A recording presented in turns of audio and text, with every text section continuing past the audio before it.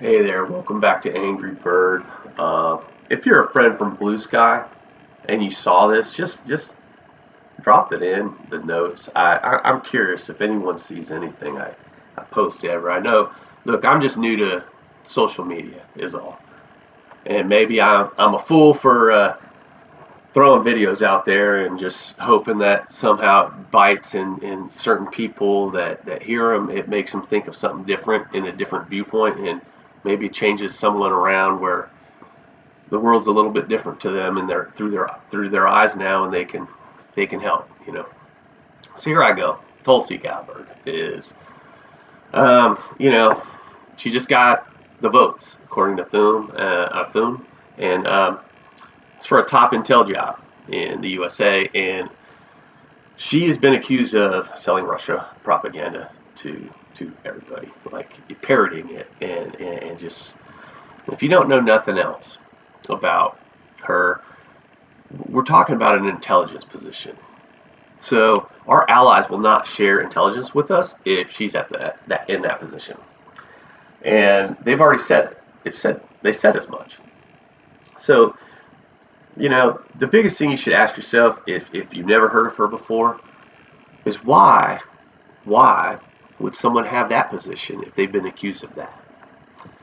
So the most Trumpian explanation is just like anything. If you've done something wrong and you get caught, just deny it. Or if you get accused of something, just deny it. And that's it. And then make as much noise somewhere else so nobody looks anymore. And that's Tulsi. Um, I can't think of a worse pick to fight our enemies, because it's like she's in bed with them. And when I think of an enemy, I don't think of other people as enemies. I just think of governments as enemies. Like, for instance, the Russian government. The Russian people, man, they're just like me. They just want to be left alone, have a shot at life, and reach their full potential, just like everybody else on the planet. Government, though, they're against democracies. They've been attacking the American democracy for decades. We ain't perfect. We got a long way to go to be anywhere close. But we are their biggest threat, and they are our biggest threat. And it's a mind game more than it is anything else. And if you look around the USA and you see everyone grabbing pitchforks ready to go against other Americans with pitchforks, it's working. She's the last person we should have at the helm. So, second thing in the news that I saw was RFK Jr.'s been accused of felony voter fraud. It's like, I'm sure he'll just deny it. I'm sure if Trump gets in office, these charges are just going to disappear. But that's a serious charge from somebody that ran for POTUS, don't you think? Anyway, um, look, if you guys stuck with me this long, 340 in, this. I just wanted to know a couple different things. So, one is how do you attack the billionaire class? How do you attack the billionaire class? Like, what are you doing yourself to see if we can hurt their pocketbooks? You know.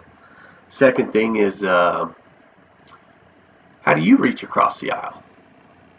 Because if we're going to overthrow an oligarchy, um, we will need every single hand on deck. We're talking about people that can pay for an army in front of them, and just sit there, send in the poor to do their dirty work.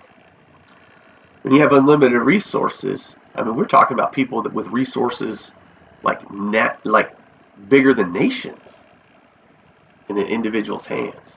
3 people own more than half of the USA. You got to figure those 3 people probably have more wealth than a lot of nations out there. So, how are you hurting them? How are you directing your effort towards hitting them in the pocketbook? Um, and then the last thing would be, do you know what we're all waiting for? I'm just so confused, you know? Like, it's like, I totally see we're under attack. Our rights are under attack. Our brothers are under attack. Our sisters are under attack. Our schools, everything's under attack. Everything we've ever achieved as a country, together as a community that was making people better, is under attack. You take an education system that used to be essentially free, and it got people protesting in the 60s, right? Because they started realizing, like, damn, this ain't equal, this ain't this ain't, you know. And ever since we've been under attack. These people didn't like the fact that we were smart enough to know that they're hoodwinking us. They're pitching marketing or lip service to us. And they started protesting. They wanted more. They wanted rights. And the rich just like, what? Maybe there ain't no more to give if you're going to stay rich, right? They're rich are probably looking at themselves like, damn, we're just going to be one of them now if we keep going. And they fought. And now look at them, man. They own more than countries. If you look at someone rich in the 50s and 60s, the wealthiest of the wealthiest of the wealthiest, and compare their power then to their neighbor, and compare their power now to their neighbor. When I say neighbor, I just mean the poorest of us, or the middle class, anyone USA middle class. And it's night and day. And so, you know, from me to you guys, it's just like, what are we waiting for? I just, damn. Maybe I'm just, one of those people that overthink everything. You know, maybe there's someone out there just so much, that can see things, and they're smarter than me, and they can tell me like, oh no, man, don't worry, this and that, and they can explain it where I'll be like, oh shit, yeah, we're good. We're talking about sending militaries into cities. And I don't know about you guys, but I'd rather protest now without a gun in my face. That's what I'm saying. I just don't understand what we're waiting for. I feel like the longer we wait, the more we're going to get pistol whipped for waiting. But love y'all. Chime in if you can.